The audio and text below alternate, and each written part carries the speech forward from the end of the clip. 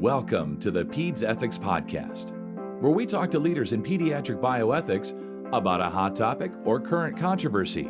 Here's your host, John Lantos, from the Children's Mercy Bioethics Center in Kansas City.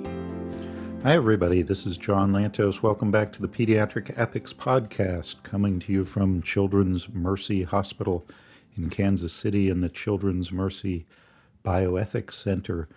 We talk to leading experts in pediatrics and bioethics about hot topics of the day. Today, we are thrilled to have Erin Paquette, a critical care doctor and lawyer, and also faculty in bioethics at Northwestern University's Feinberg School of Medicine and at the Ann and Robert H. Lurie Children's Hospital of Chicago. Dr. Paquette has been working hard on Northwestern and Lurie Hospital's response to COVID. Thanks so much for taking the time to talk to us. Can you tell us a little bit about what is going on in Chicago at Northwestern and Lurie?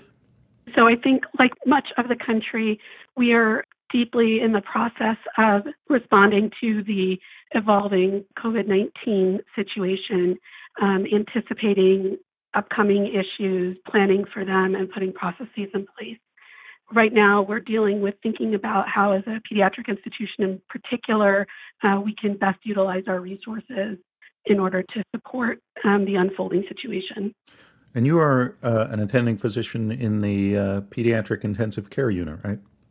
I am. That's correct. So have you had any cases admitted to the PICU yet? We have not. We have not had any confirmed coronavirus cases. There have been confirmed cases at the hospital, kids who were sent home and who were doing okay? Not at our institution. We've had rule out, but not confirmed cases. Okay, that's a lot like our place. We've had one confirmed case so far, and the child is doing fine at home. What are you anticipating for the next 2 weeks? What are the discussions like in your planning committee? We are anticipating discussions around staffing, allocation of resources are our primary two things that we're focusing on, as well as complying with sort of supporting the community in terms of the best means to try to suppress the spread of the virus.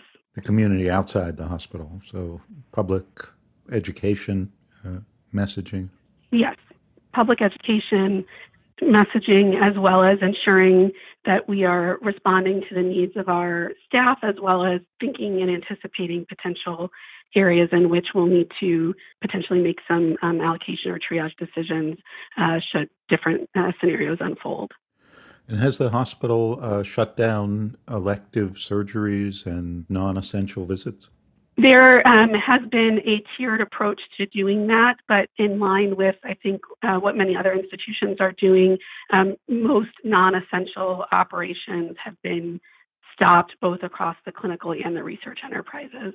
And what are the discussions like about staffing and workforce? There are a lot of docs and nurses who, because of the shutdowns of non-essential services, are now more free time than usual.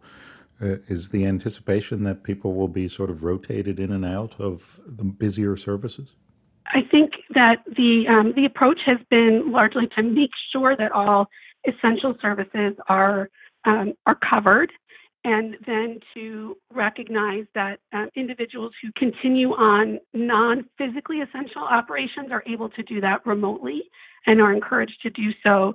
There's also been some, I think, innovative thinking around identifying areas of need and skill set that can fit them for individuals who may not have work functions that are easily transferable to a remote setting, in order to optimize the overall staffing for the hospitals. Now, you had done a lot of work before this on preparation for pandemics or mass casualty events, hadn't you? I've worked previously in this space. I thought about these questions with our institution when we were dealing with how Ebola might unfold. I think there are some differences this time in terms of the magnitude of efforts, both really at every level, at an institutional level, but local and at our government levels, that have made some of these questions a bit more pressing than than we've maybe experienced in the past, but we've thought about how to approach similar situations previously. And have there been any big surprises so far related to COVID, things that you didn't anticipate? In a positive light, one of the surprising things has been how much the community has really come together in terms of trying to fill gaps where they are needed. So, for example, while we may have anticipated that there might be challenges to our workforce as we saw the situation unfolding in the countries that are a couple of weeks ahead of us, I think places stepping up really are medical students in particular, and this has happened not only here, but I've seen across the country, volunteering their time to organize blood drives, volunteering to provide childcare for healthcare providers or essential workforce to the hospital system who may have had their usual sources of childcare made unavailable to them. They've stepped up to provide that, as well as to support some of the more vulnerable populations who, in the practicing social distancing, are unable to potentially obtain groceries or medications or things of that nature. And I think we've seen a really nice response and desire to fill helpful roles from our trainees that have been very welcome. And the students are organizing that themselves? Yes, for the large part, both here at Northwestern, and I've seen other groups doing so around the country as well. And your students are out of school, I guess? Yes, they've been out of school doing some remote learning, but also trying, I think, to help out in other ways as they can. How's the personal protective equipment holding up? From what I have heard and been part of, there are plans in place to tier the level of protective equipment based on anticipated need and interaction between like the provider and whoever they're encountering and the risk of infection that's associated with that. These are ongoing conversations, I think, that are unfolding with guidance that's coming out from the CDC as well as the WHO, sort of thinking about what is the way to optimize protection, but also be mindful of conserving resources, particularly as we know some of our community colleagues may be needing them in greater numbers as the adult population is experiencing this more than the pediatric one is. Now, you're trained as both a physician and a lawyer. Have any surprising legal issues arisen as part of this, or are things going smoothly on that front? I think that there are a lot of interesting legal questions that come up, and I think the potential for challenges that we haven't quite seen yet. I think from a institutional standpoint, I think there are always legal concerns when you're thinking about the potential need to allocate resources differently than you might do in your usual care. And I think a good sort of understanding of the transition in principles and obligations when you're moving from a usual care to crisis standard of care help in thinking about what those legal obligations might be and any concerns about sort of risk that's associated with altering the way you do your normal practice of medicine. So I think that's one area of the law that people worry about. And depending on what things are in place in different states, there's oftentimes some good faith immunity provisions in situations of crisis where the liability risk is lowered. But I think that is a concern for many.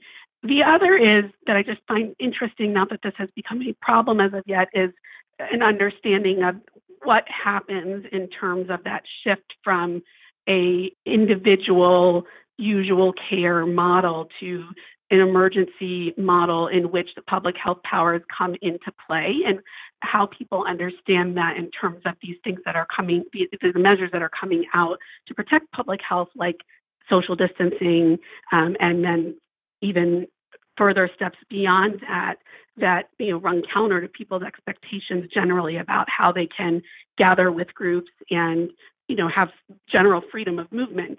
I think we are starting to potentially see that public understanding of those concepts is growing as we're seeing some places move to shelter in place where there is further restriction on their movement. So I think from a law standpoint, understanding the background behind that and the powers of the government to do that is another interesting area where some education is likely necessary to help understanding a general level, because if these measures won't be effective at slowing disease spread unless they're followed, but getting compliance requires an understanding of where they're coming from. So far, my understanding is the government requests for sheltering in place and social distancing have all been voluntary. I mean, they've shut down businesses, but I don't think anybody's being arrested or fined for going out. And that has been amazing to watch how compliant most people have been in what is a really shocking restriction on our freedoms. What do you think the next 2 weeks are going to look like? I think there's going to be a lot of continued information gathering over the next 2 weeks. My sense is that the measures that have been taken with an attempt to recognize a trend that we've seen in our countries that have gone ahead of us a bit in this process, and that we're hoping that with putting those measures in place that we'll have maybe a slowing of the spread here in the United States, but at least a better understanding of what those trends are. I think that if we are seeing continued growth, we may be in the next 2 weeks moving into a position where we're needing to start thinking about some of the very challenging, or not start thinking, we're already thinking, but putting more enacting some of the planning that's gone into effect, thinking about shortages and what we will do in different situations. I think that's what we're going to see over the next 2 weeks. I think we're likely to see a ramp up in availability of testing, and I think we're also likely to see increase in PPE, personal protective equipment production. That I think there's been a movement to increase that. So I think those are the things that we'll see unfolding next. It is frightening to sit here and wait, knowing what's coming. Any other thoughts about lessons learned or surprises that you've had as this thing unfolds? One thing that I have been thinking about is just this is not necessarily a surprise, but I do think that many public health officials as well as institutions are trying to be thoughtful about the unintended but necessary secondary effects of all the measures that are being taken. And I just want to highlight that many of those will have an unfortunate disproportionate impact on groups that are already living in risk in some way. So individuals who are not able to restrict their movement are more likely to be in places where outbreaks or more cases are likely to happen. We've seen this already in nursing homes, and should be mindful that many places in which there are crowded living conditions tend to be places where people may already be at risk for disparities.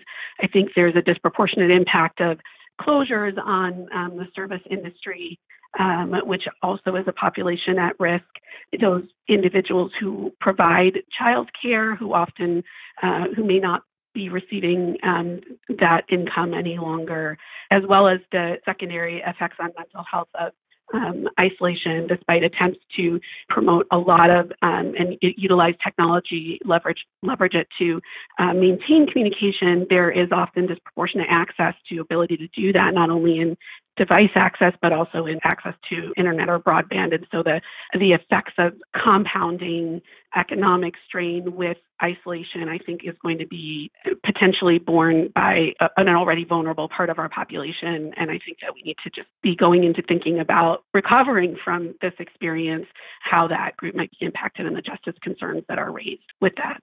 Yeah, that's a great take-home message that we really need to pay special attention to the most vulnerable as this thing unfolds, both for health risks and, as you say, for economic and psychological risks as well. All righty. Thank you very much, Dr. Paquette. Dr. Paquette is an attending physician in critical care and an assistant professor of pediatrics at Northwestern University's Feinberg School of Medicine and at the Ann and Robert H. Lurie Children's Hospital of Chicago. Thanks for taking the time. This is John Lantos coming to you on the Pediatric Ethics Podcast from Children's Mercy Hospital in Kansas City. Thanks for listening.